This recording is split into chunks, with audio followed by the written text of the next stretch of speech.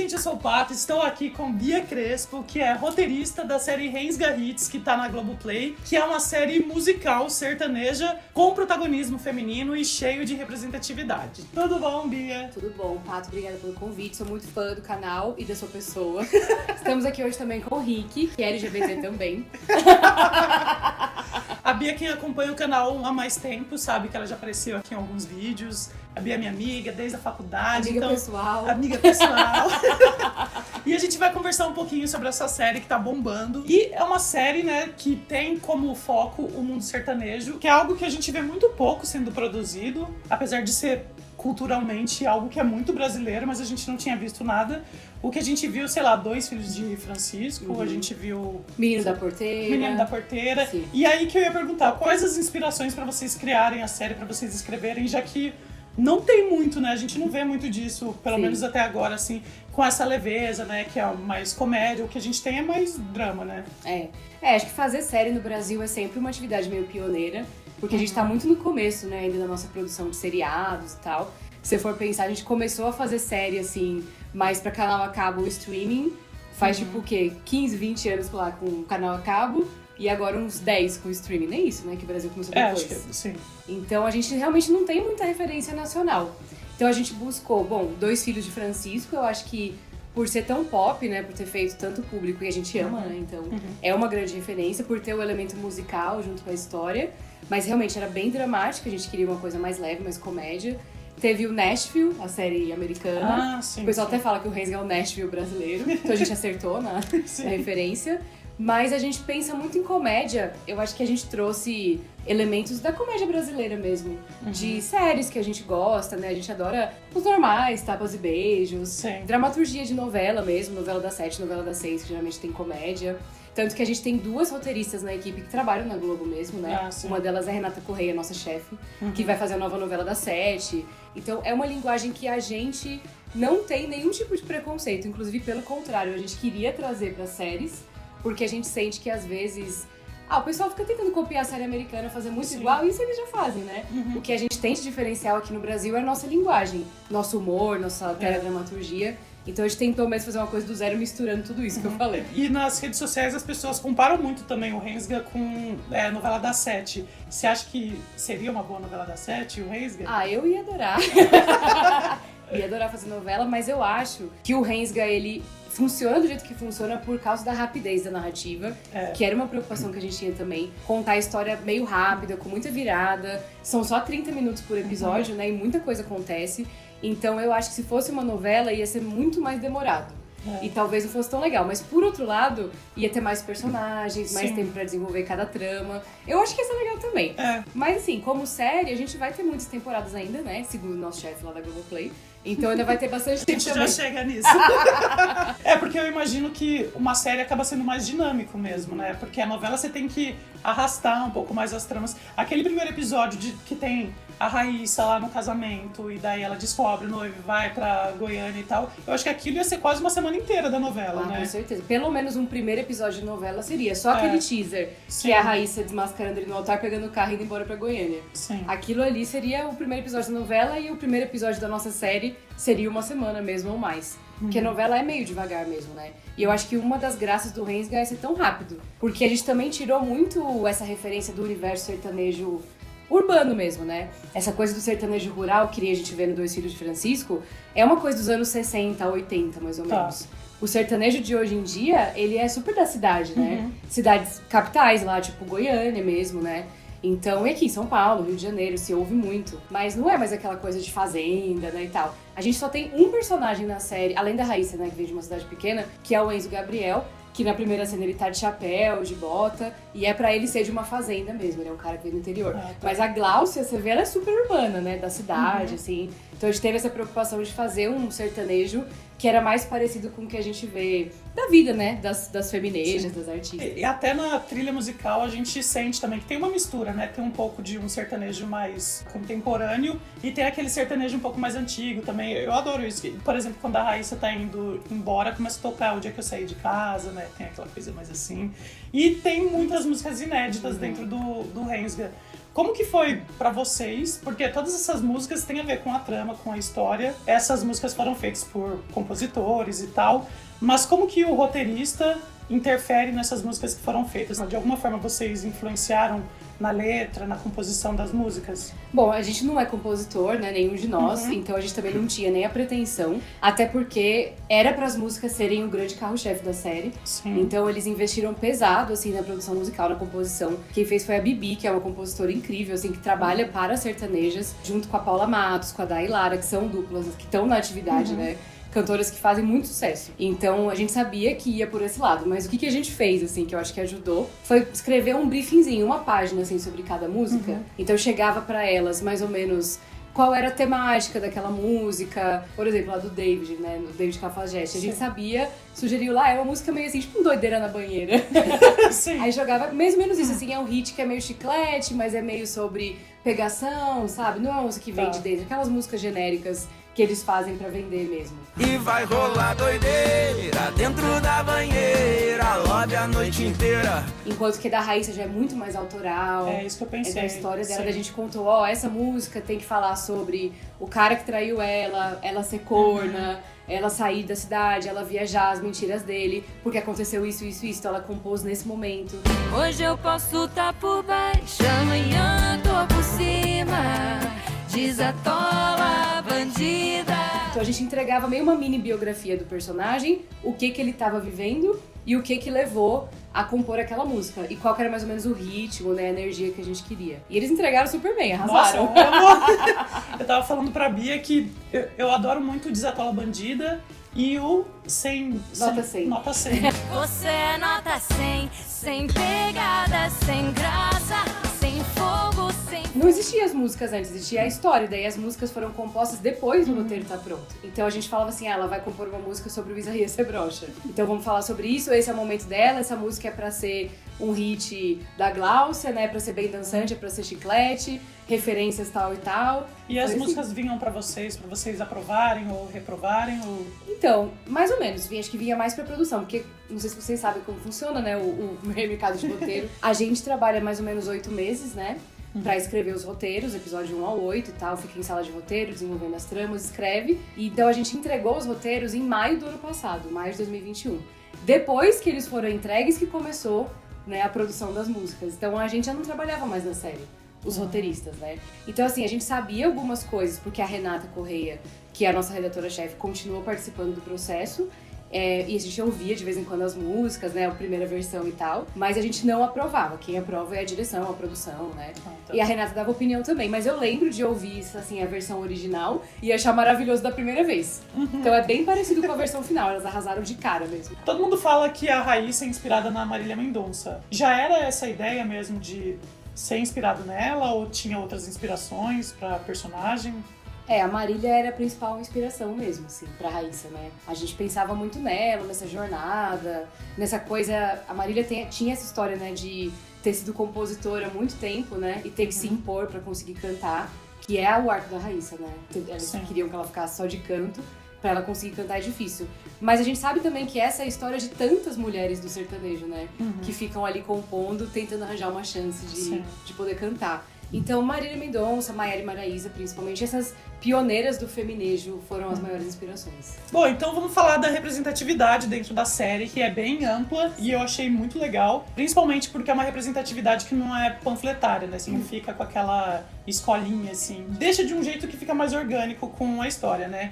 E começando com os irmãos, o Theo e a Tamires, que é uma dupla sertaneja de irmãos negros, e a gente praticamente não vê cantores sertanejos negros. Eu dei uma pesquisada pra ver se eu falei assim, gente, será que não tem? Porque o único que eu lembrava era João Paulo e Daniel, que tem o João Paulo. Daí eu vi o outro, que é o Ângelo e Angel, não sei se... Não conheço. Então, e o outro é um que é mais antigo, que é Pena Branca e Chavantino. Mas aí eu pensei, eu falei assim, nossa, pra chegar nessas duplas sertanejas eu tive que pesquisar, porque a gente não vê passando na TV. Então é muito difícil a gente encontrar realmente cantores sertanejos negros, né? Como que foi pra vocês? Como é que dentro da sala que vocês criaram esses personagens? Desde o começo a gente tinha uma preocupação grande, porque É até engraçado, né? Nossa sala de roteiro é o total oposto do que você imaginaria de uma sala de roteiro que faz uma série de sertanejo.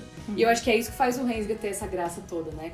O que a gente tinha em comum era que a gente gostava de sertanejo. São 5 roteiristas, né? 4 são LGBT.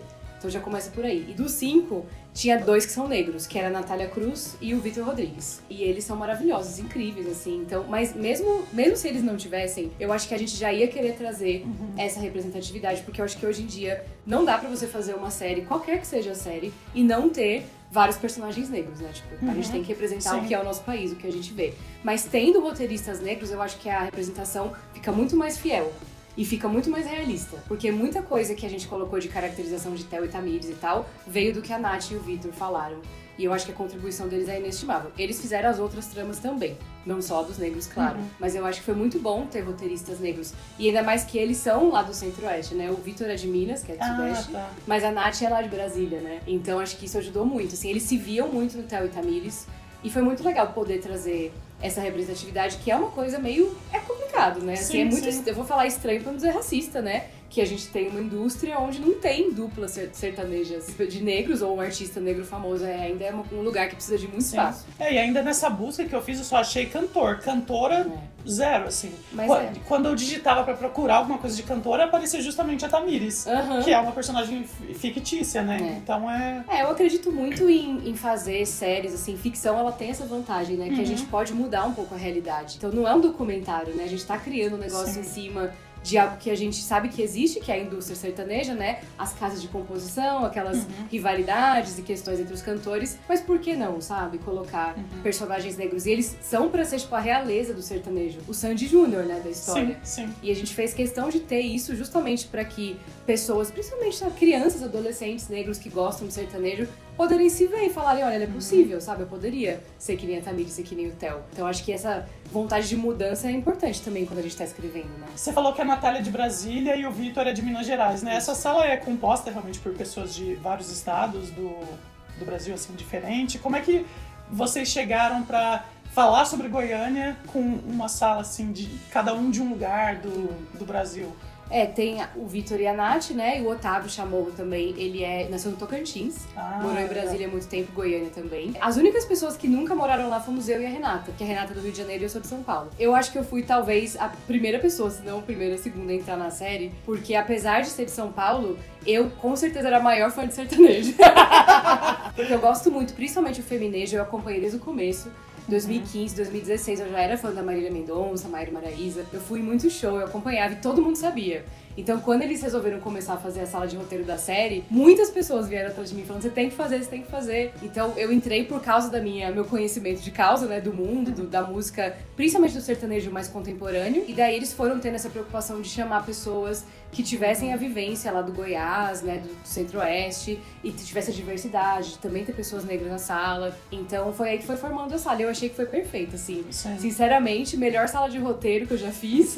A gente é amigo hoje em dia, isso é muito raro acontecer, todo mundo ficar amigo. Então, funcionou muito bem a dinâmica. E era uma sala muito gostosa, muito tranquila, assim, bom humor. Bom, e a gente sabe que o sertanejo em si é um gênero musical que é bastante machista e homofóbico, né? E daí vocês colocaram na história o David Cafajeste, que ele tem toda essa imagem, né, de ser um cara pegador e tal, mas na verdade é um cantor gay. Na verdade ele é gay, só que ele é dentro do armário, né? Como que foi essa criação de colocar também isso, que é uma forma meio de criticar até, né, esse gênero musical? Esse também foi outra coisa que a gente tentou fazer, de colocar uma questão que nunca foi abordada, né? Tem várias cantoras mulheres que são LGBT no sertanejo que estão saindo do armário, né? A própria Paula Matos, né? A Yasmin Santos, e é mais recente, assim, de uns 2 anos pra cá. Mas homens não teve nenhum que eu saiba até agora, e a gente queria muito falar sobre isso. Já desde a criação da série, da Gênesis, assim, já tinha essa trama sendo sugerida, então era uma coisa que foi muito bem aceita sempre pela Globoplay e todo mundo, e a gente quis explorar bastante, não só além do David ser gay no armário, mas ele viver uma história de amor, porque uma coisa que o consenso rolava na nossa sala de roteiro era, não basta só aquele personagem gay que tá em conflito, querendo sair do armário. A gente já tá em outro nível, a gente acha, da representação. Agora ele vivendo uma história de amor mesmo, ele tem que ter um romance, sabe? Não é uma coisa que é só sexo, né? Que muitas vezes em séries LGBT os personagens são representados de uma forma muito sexualizada. E nem sempre a gente tem o romance, e nem sempre o romance tem o final feliz. Sim. Então a gente queria todas essas coisas. Queria que ele fosse um cara no armário, mas que ele conhecesse finalmente uma pessoa que talvez seja o amor da vida dele, e daí viesse o conflito. Agora, pra viver esse amor... Ah, e que o Kevin, né, que é o par romântico... O Kevin Costa. Kevin Costa, em homenagem ao Kevin Costner de Guarda-Costas. Eu amo isso. Que ele fosse um gay diferente do David. É um gay que já é muito fora do armário. E não tem paciência nenhuma pra isso, sabe? Do tipo, sabe, eu só vou ficar com você se você se resolver. Sim. Que eu acho que é uma trama legal também, bem contemporânea, né? É bem legal, é bem atual isso, porque realmente tem muitos gays que às vezes, quem já tá fora do armário, que já passou por todo esse processo, às vezes estar com alguém que tá dentro do armário é quase como se ele também tivesse que estar de novo dentro do armário. Então é bem legal isso, e bem legal colocar justamente nesse ambiente que a gente vê até algumas cenas, que é o que rola mesmo. A gente vê muitos comentários até hoje de cantores sertanejos que acabam sendo meio homofóbicos, e muito legal também que eles tiveram um final feliz, né? Sim, com certeza. Isso aí, desde o começo a gente sabia que ia ser, não tinha outra opção. A gente falava muito lá na sala, eu principalmente sou muito vocal sobre isso, sobre o desfecho de casais LGBT em séries, né? Eu fico muito sensibilizada, assim, com a falta de finais felizes que a gente tem. Então eu achei super importante, assim, o mundo acabando ali pra todo mundo, Sim. mas os gays terem o final deles e estarem ali protegidos, né? Assim, eu não sei o que vai ser na segunda temporada. É isso que eu ia perguntar, como é que vai acontecer com eles agora na segunda temporada? Vocês têm ideia, alguma coisa assim ou não? A gente vai pensar, a gente não começou ainda a escrever, deve começar agora esse mês ainda. Talvez a gente faça segunda e terceira juntas, né? Estamos vendo aí como é que vai ser, porque eles confirmaram 2 temporadas já. Mas a gente ainda tá pensando, assim, quando juntar a sala, acho que todo mundo tem alguma ideia, né? Sim. Eu, particularmente, gostaria de vê-los juntos como família um dia, né? Daqui a X temporadas eles casando, tendo filho, eu ia achar o máximo. Mas eu sou muito, assim, do romance, né? Quanto mais LGBTs, eu acho, vivendo uma vida tradicional, entre aspas, né? Tipo, mostrando que existe também o LGBT que tem família, que casa, que tem filho, mas eu acho que a gente normaliza, né? Sim. Essa representatividade também. Então, falando de representatividade, a Lorena Comparato deu uma entrevista falando que a personagem dela é bissexual, né? A Gláucia. Só que durante a trama a gente meio que só viu ela se relacionando com o homem, não viu nenhuma dica, assim. Mas o que você tem a dizer sobre isso, sobre a personagem, sobre a declaração dela? Essa história foi engraçada, porque realmente, assim, nunca pensamos da Gláucia ser bissexual, mas também somos super abertos, porque eu acho que orientação sexual é um negócio que nem sempre a gente bota na descrição do personagem, Sim. porque não faz diferença, né? No caso, o David fazia porque era a trama dele na primeira temporada, mas não precisa ser, né, em todas as temporadas. Sim, sim. Então, no caso dela, foi surpreendente quando saiu a matéria. Eu acho que teve um mal entendido ali numa entrevista, mas, sinceramente, a gente falou muito sobre isso entre os roteiristas e a gente adora. Quanto mais personagens LGBT, melhor. Então, se depender de nós, Gláucia bissexual, vai rolar na segunda temporada. Até porque a gente já viu que com homem ela não tá dando muita sorte, né?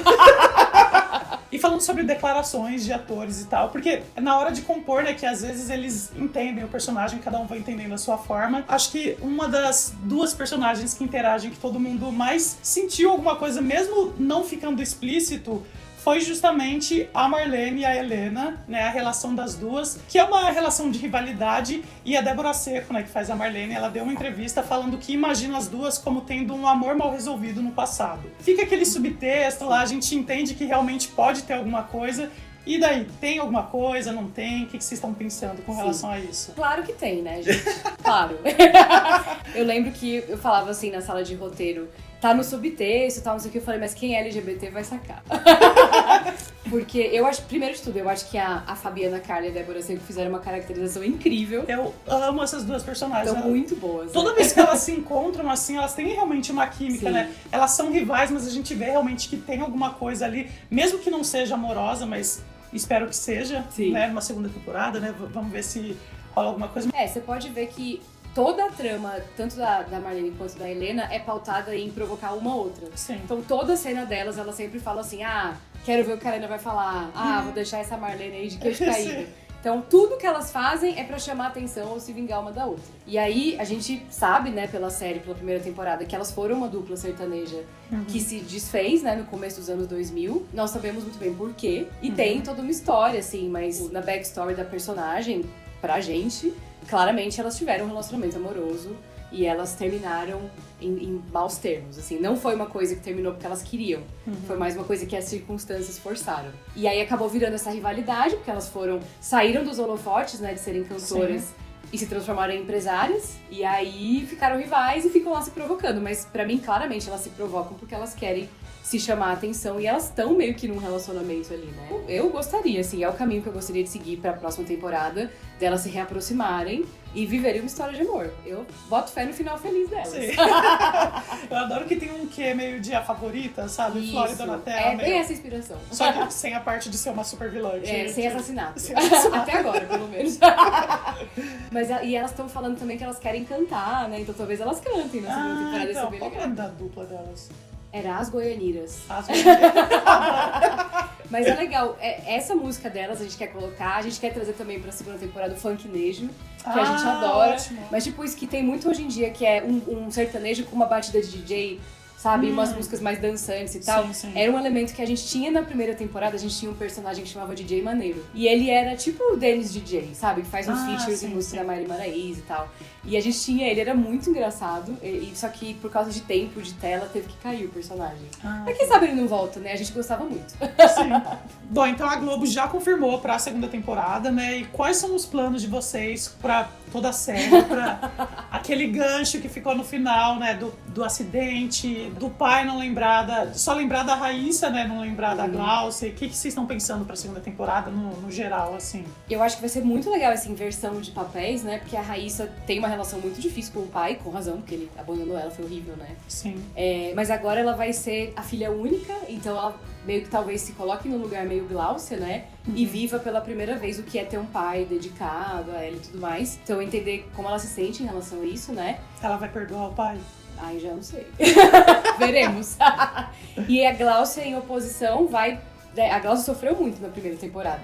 Que ela começou super otimista do bem e acabou, tipo, né, destruída, assim. Então a gente vai falar um pouquinho de saúde mental também, né? Legal. Tipo, como que essa pessoa que sempre evitou falar de problemas, né? Ela perdeu a mãe, não sei e tal. Sim. Como que ela lida com tudo isso, né? O que ela vai fazer? E é importante falar sobre tudo isso, né? De repente aparece uma moça lá que vai ajudar ela. Quem sabe? Quem sabe, Aí quem né? a gente com certeza quer trazer de volta e aumentar é a Tia Má, que é a Carol do bar. Gente, Todo mundo ama ela. Eu amei a Tia Má. Eu jamais imaginaria a Tia Má como atriz, assim. Nossa, porque ela manda muito ela bem. manda muito.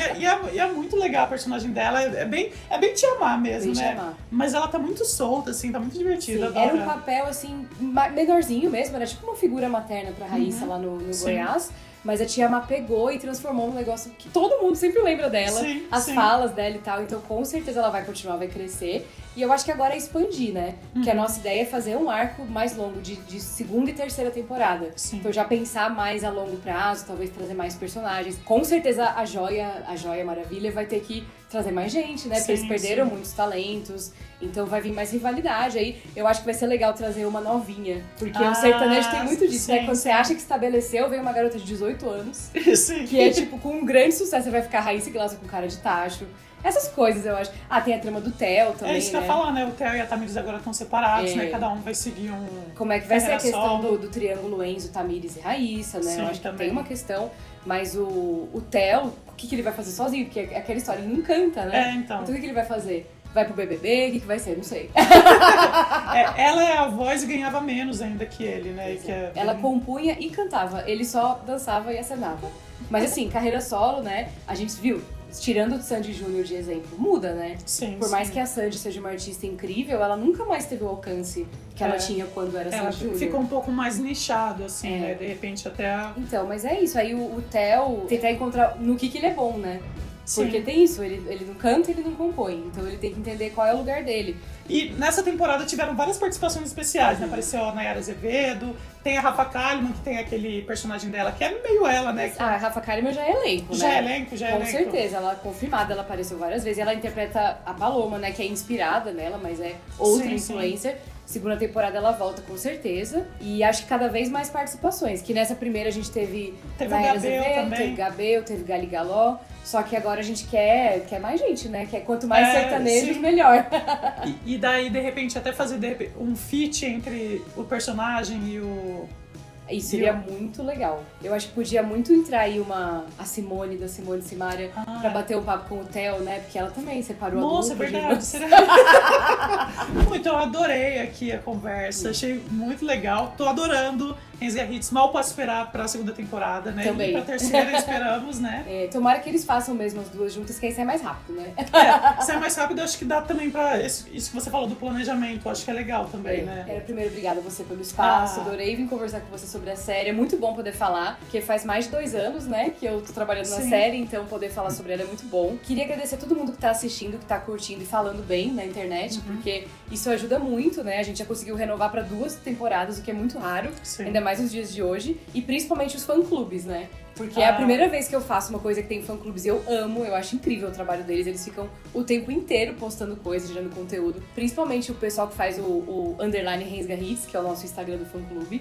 E o pessoal do World Seco, que também fala muito da Débora Seco e tal, mas tá sendo muito legal conhecer vocês e conhecer os fãs. Então todo mundo que gostar da série, quiser vir conversar, pode me adicionar nas redes sociais, né? No Twitter eu sou @abiacrespo e no Instagram também, @abiacrespo. Eu vou deixar um link na descrição do vídeo pra ficar mais fácil encontrar a Bia. E também esses fã-clubes, né? Que daí, de repente, quem quiser saber mais informações, seguir lá, ver o pessoal. Eu vejo muito eles comentando, interagindo com vocês, né? Com os roteiristas, isso eu acho legal. Eles perguntam coisas, a gente responde tudo que a gente pode, a gente sempre fala pra eles. É que tem coisas que a gente não pode falar. E a gente só segura mesmo porque realmente, às vezes não tá confirmado, né? Então a gente não pode falar 100%. Mas quando a gente tem a confirmação, a gente sempre solta lá. Então é muito legal saber também o que vocês estão achando, né?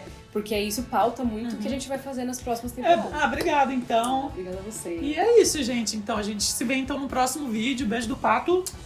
Beijo da Bia e beijo do Rick. Tchau.